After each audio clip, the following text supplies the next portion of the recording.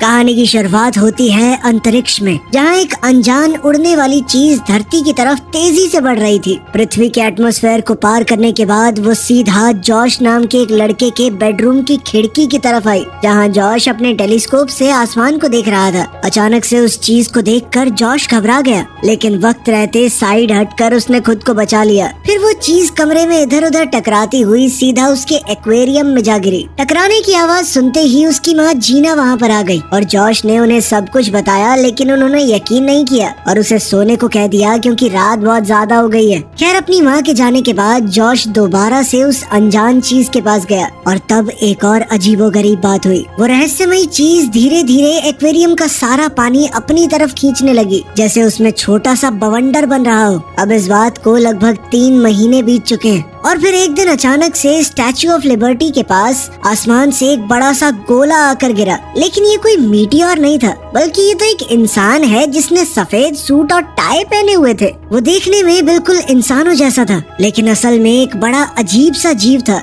जो अपने शरीर और कपड़ों को एडवांस टेक्निक से ठीक कर सकता था। साथ ही उसकी सारी मूवमेंट भी बिल्कुल रोबोटिक सी लगती थी। खैर, अब धरती पर आने के कुछ ही मिनटों बाद वो एक बोट के पास गया, जहाँ उसका पहली बार इंसानों से सामना हुआ। एक औरत उसे देखकर बड़े प्यार से मुस्कुराई, लेकिन वो वापस इतने अजीबोगरीब तरीके से मुस्कुराने लगा कि सब कुछ बड़ा ऑकवर्ड सा हो गया।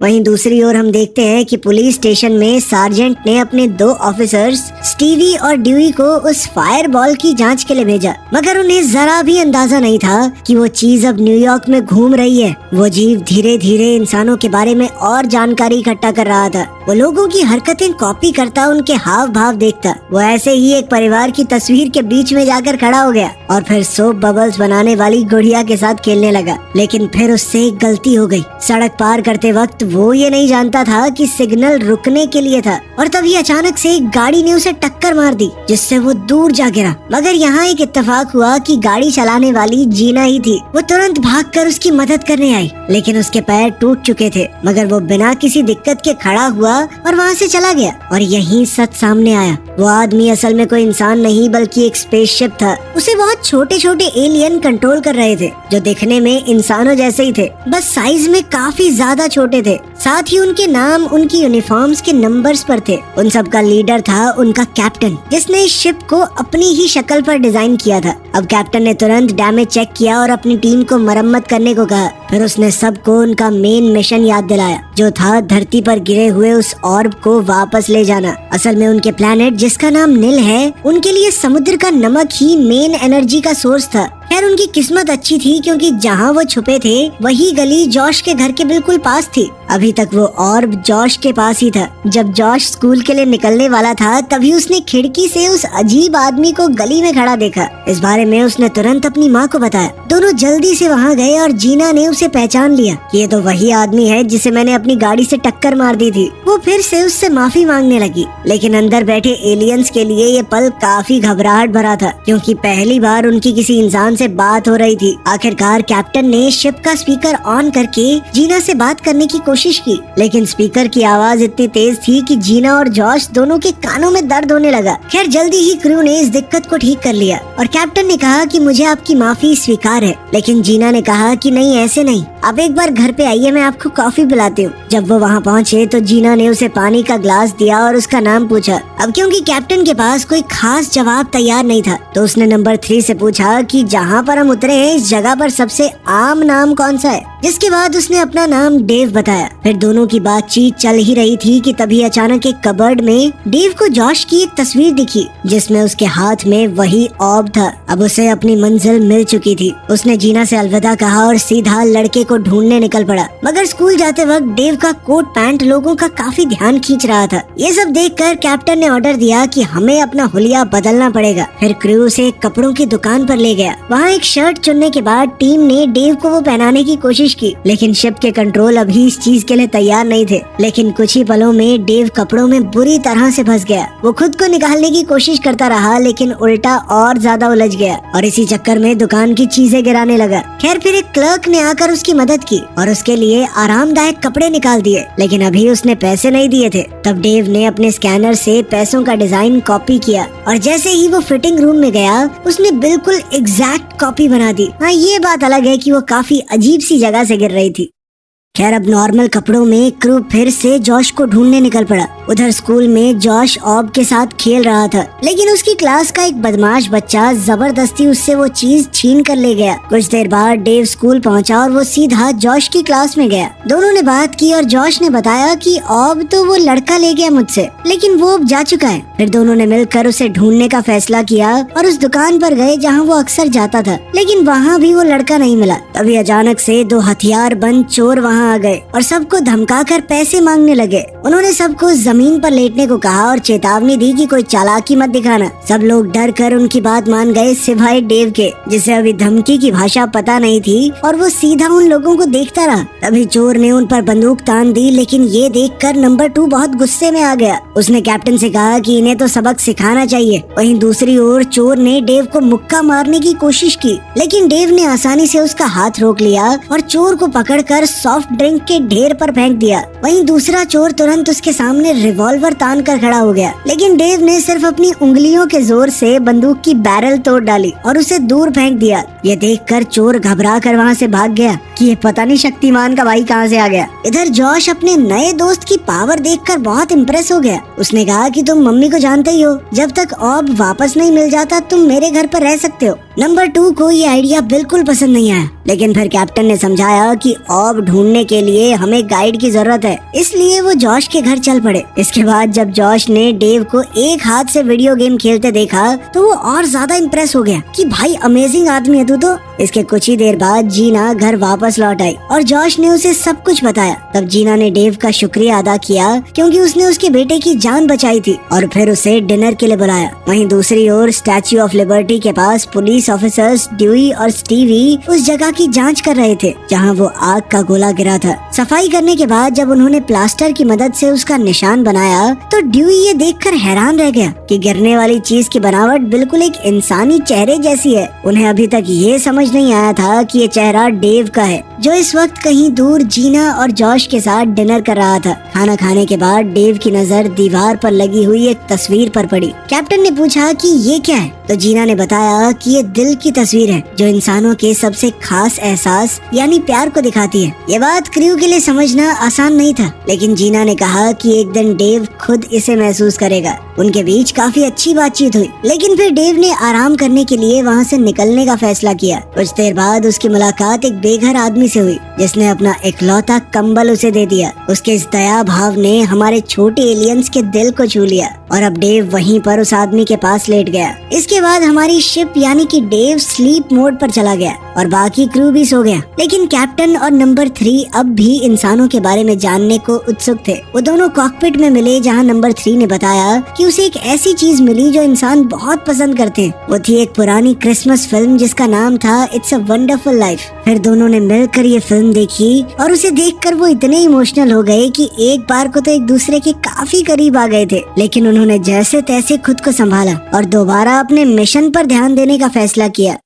फिर अगली सुबह दोनों पुलिस वाले स्टेशन वापस आए और अपनी खोज के बारे में सबको बताया। उन्होंने कहा कि शायद कोई इंसान जैसा एलियन भी उस फायरबॉल के साथ गिरा है, लेकिन सार्जेंट ने कहा कि कोई ऐसे कैसे बच सकता है, तू पागल वागल है क्या, चलो जाओ किसी और केस पे ध्यान दो। मगर ड्यूई ने हार नहीं मानी। उसने उस एलियन का स्केच अखबार में छपवा दिया ताकि लोग उसे ढूंढने में मदद कर पाएं। वहीं दूसरी ओर डेव जागा तो कैप्टन को पता चला कि शिप के पास सिर्फ 12 घंटे की एनर्जी बची है। अब उसने तुरंत सबको ऑर्डर दिया कि ऑब को ढूंढना सबसे जरूरी है, वरना वो अपने प्लेनेट पर वापस नहीं जा पाएंगे। लेकिन इसी बीच जीना और जॉश ने अपने नए दोस्त से कहा कि आज हम तुम्हें थोड़ा घुमा कर लाते हैं। इस बात के लिए कैप्टन ने हामी भर दी। इसके बाद सब मिलकर एक अम्यूजमेंट पार्क गए जहां डेव ने हॉट डॉग खाने के लिए कंपटीशन में हिस्सा लिया। अपने रोबोटिक शरीर की वजह से वो बहुत तेजी से हॉट डॉग खा रहा था। आखिरकार कंपटीशन जीतने के बाद उसे एक टेडी मिला। तब नंबर 3 के कहने पर कैप्टन ने डेव से वो जीना को गिफ्ट दिलवा दिया, जिससे वो काफी खुश हुई। सब कुछ बढ़िया जा रहा था, लेकिन तभी उस बदमाश लड़के ने जॉश को वहाँ ढूंढ लिया और उसे फिर से परेशान करने लगा। जॉश ने फिर भी हिम्मत जुटाकर कहा कि वो ऑब मुझे वापस चाहिए, लेकिन उसने मना कर दिया और जॉश के ऊपर हमला करने की कोशिश की। मगर तभी डेव वहाँ पर आ गया और उसका हाथ पकड़कर उसे उल्टा लटका दिया। इस दौरान उस लड़के की पॉकेट से ऑब गिरा और आखिरकार डेव ने उसे वापस हासिल कर लिया। इसके बाद उसने लड़के को नीचे उतार दिया और चेतावनी दी कि दोबारा जॉश को तंग मत करना। आखिरकार प्रॉब्लम सॉल्व हो चुकी थी और अब डेव अपने मिशन पर वापस जा सकता था। लेकिन तभी जीना और जॉश ने उसे पार्क में ही रुकने को कहा। हालांकि नंबर 2 बार बार कह रहा था कि काम पर ध्यान देना चाहिए, लेकिन कैप्टन ने कहा कि इंसानों को जानने का मौका बार बार नहीं मिलेगा। इसके बाद वो तीनों एक गेम स्टॉल पर गए जहाँ बेसबॉल से बॉटल्स गिरानी थी। पहली बार डेव ने जब धीरे से फेंकी तो बॉल चूक गई, लेकिन कैप्टन जीतने के लिए जुनून में इतना डूब गया कि उसने दोबारा बॉल फेंकी तो पूरा जोर लगा दिया, मगर ये उल्टी पड़ गई। बॉल निशाने पर तो लगी लेकिन नेट फाड़ के आगे ही चली गई और जब टकरा कर वापस आई तो सीधा डेव के माथे पर ही लगी। इस जोरदार झटके से अचानक से शिप बंद पड़ गई और अंदर कॉकपिट में क्रू का बैलेंस भी बिगड़ गया। इसके बाद डेव की आंखें सीधा हॉस्पिटल में खुली, जहाँ पर जब डॉक्टर्स को हार्ट बीट फील नहीं हुई तो उन्होंने करंट देकर हार्ट को दोबारा शुरू करने की कोशिश की। कई कोशिशों के बाद इन इलेक्ट्रिक झटकों से न कि सिर्फ शिप दोबारा से एक्टिवेट हो गई बल्कि पूरी एनर्जी भी चार्ज हो गई। डेव को ठीक देखकर जीना और जॉश ने चैन की सांस ली और आखिरकार तीनों हॉस्पिटल से बाहर आ गए। लेकिन जाने से पहले कैप्टन के कहने पर डेव ने माँ और बेटे को डिनर के लिए इनवाइट कर दिया, मगर ये बात नंबर 2 को पसंद नहीं आई। उसने कैप्टन से कहा कि आप पागल हो गए हो क्या, इंसानों के इतना करीब जाने की क्या जरूरत है। ये सुनते ही कैप्टन काफी गुस्सा हो गया और उसने कहा कि नंबर 2 कॉकपिट छोड़कर चले जाओ। इस बहस के बाद कैप्टन ने दोबारा जीना से बात की और इस बार डिनर के लिए उसने एक क्यूबन रेस्टोरेंट चुना। लेकिन इसी दौरान हॉस्पिटल की एक नर्स ने उनकी बात सुन ली और डेव का चेहरा देखकर उसे ड्यूई के पब्लिश किए हुए स्केच की याद आ गई। उसने तुरंत पुलिस स्टेशन फोन करके बताया कि उनका टारगेट मिल गया है।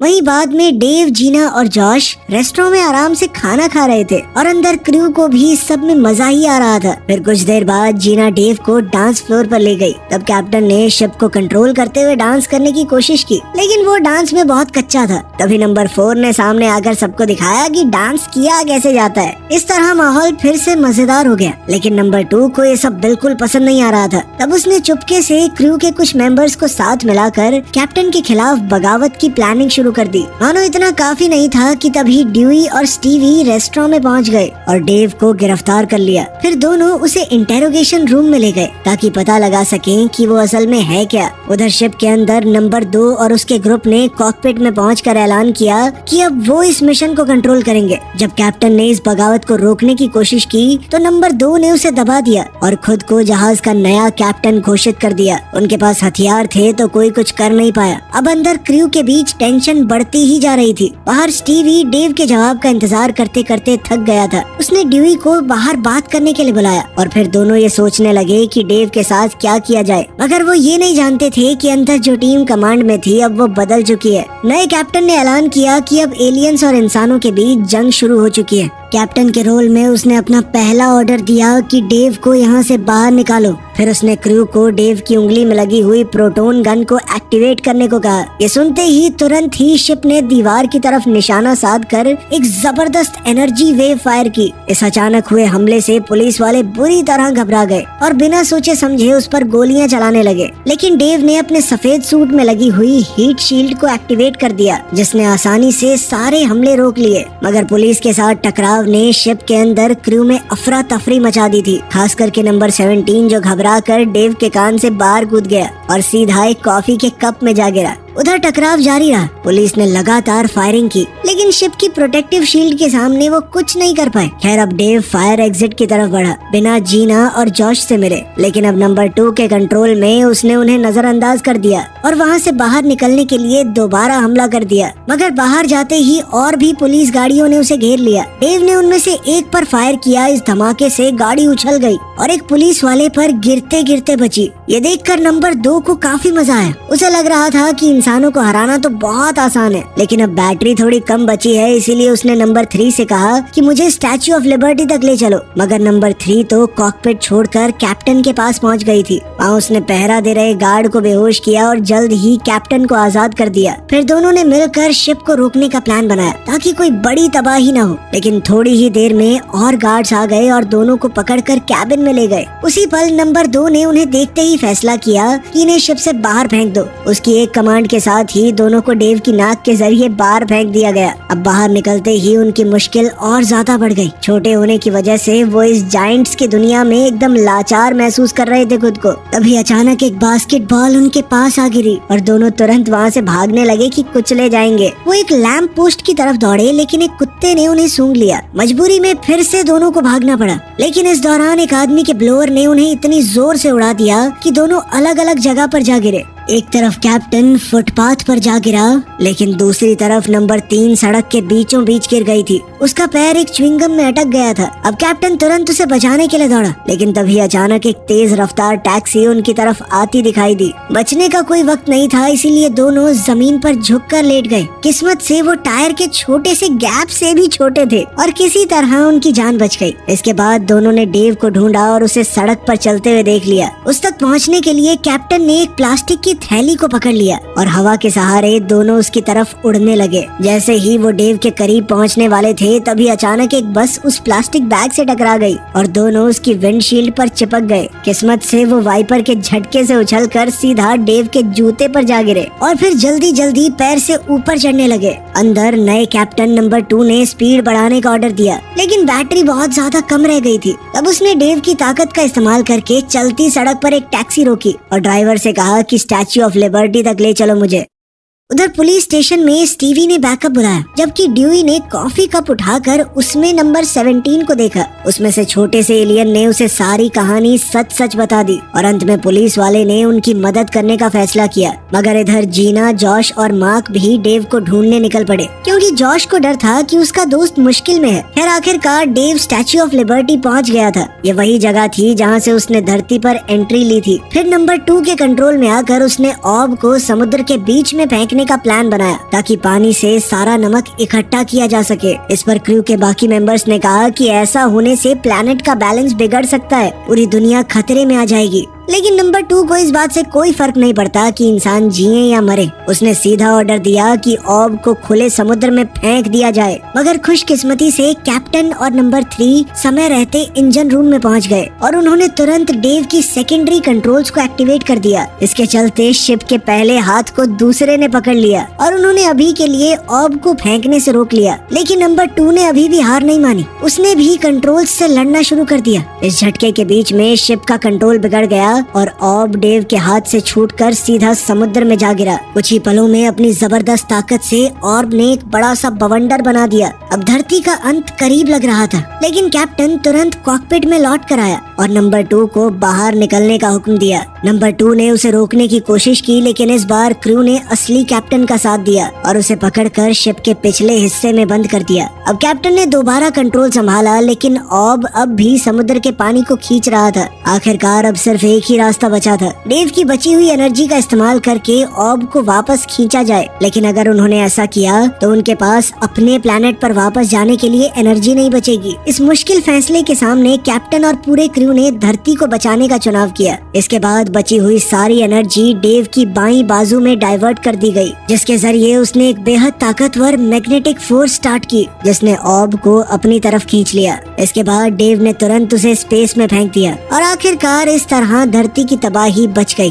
फिर थोड़ी देर बाद जीना, जॉश और मार्क वहाँ पहुँच गए, जहाँ पर डेव बिल्कुल बेहोशी की हालत में खड़ा था। उसी समय ड्यूई, नंबर 17 और स्टीवी भी वहाँ आ गए और स्टीवी ने अपनी बंदूक डेव पर तान दी। मगर डेव के पास अब शील्ड एक्टिवेट करने की पावर नहीं थी, इसीलिए सिर्फ एक भी गोली पूरी शिप और क्रू के लिए खतरनाक हो सकती है। जैसे ही जॉश को इसका एहसास हुआ, वो तुरंत अपने दोस्त की मदद के लिए आगे बढ़ा। उसे हॉस्पिटल वाली बात याद आ गई और अचानक उसने पुलिस वाले का टेजर लेकर डेव पर इस्तेमाल कर दिया। इस जबरदस्त बिजली के झटके की वजह से शिप की सारी एनर्जी वापस आ गई। इसी के साथ पूरा क्रू खुशी से झूम उठा और कैप्टन ऊपर वाले हैच यानी कि डेव के मुंह से बाहर निकला। पहली बार उसने पृथ्वी के लोगों का सामना किया। फिर उसने सबको बताया कि वो कौन है और धरती पर क्यों आए थे। सब कुछ क्लियर होने के बाद कैप्टन ने जॉश की हिम्मत के लिए उसका शुक्रिया अदा किया और जीना का भी, जिसने उसे प्यार का मतलब समझाया जो उसे नंबर 3 के साथ महसूस होता है। आखिरकार अब वो सभी अपने प्लेनेट पर वापस जाने के लिए तैयार हो गए, लेकिन उससे पहले नंबर 17 डेव की पॉकेट से बाहर आया और उसे भी वापस शिप में ले जाने को कहा। टीम पूरी होते ही डेव के थ्रस्टर एक्टिवेट हो गए और वो स्पेस की तरफ उड़ने के लिए तैयार हो गया, लेकिन उड़ने से पहले ही अचानक से FBI वहाँ पहुँच गई और शिप को एक जाल में बंद कर दिया। फिर कुछ ही सेकंडों में कई एजेंट वहाँ आ गए उसे पकड़ने के लिए, लेकिन क्रू ने डेव के पैर में लगे हुए एस्केप पॉड्स का इस्तेमाल करके निकलने का प्लान बना लिया। उसी पर डेव का पैर एक रॉकेट में बदल गया और सीधा अपने प्लेनेट की तरफ निकल चला। नीचे जीना और जॉश अपने दोस्तों को घर वापस जाते हुए देखकर खुशी के साथ उन्हें अलविदा कह रहे थे। वीडियो पसंद आई तो लाइक कर देना।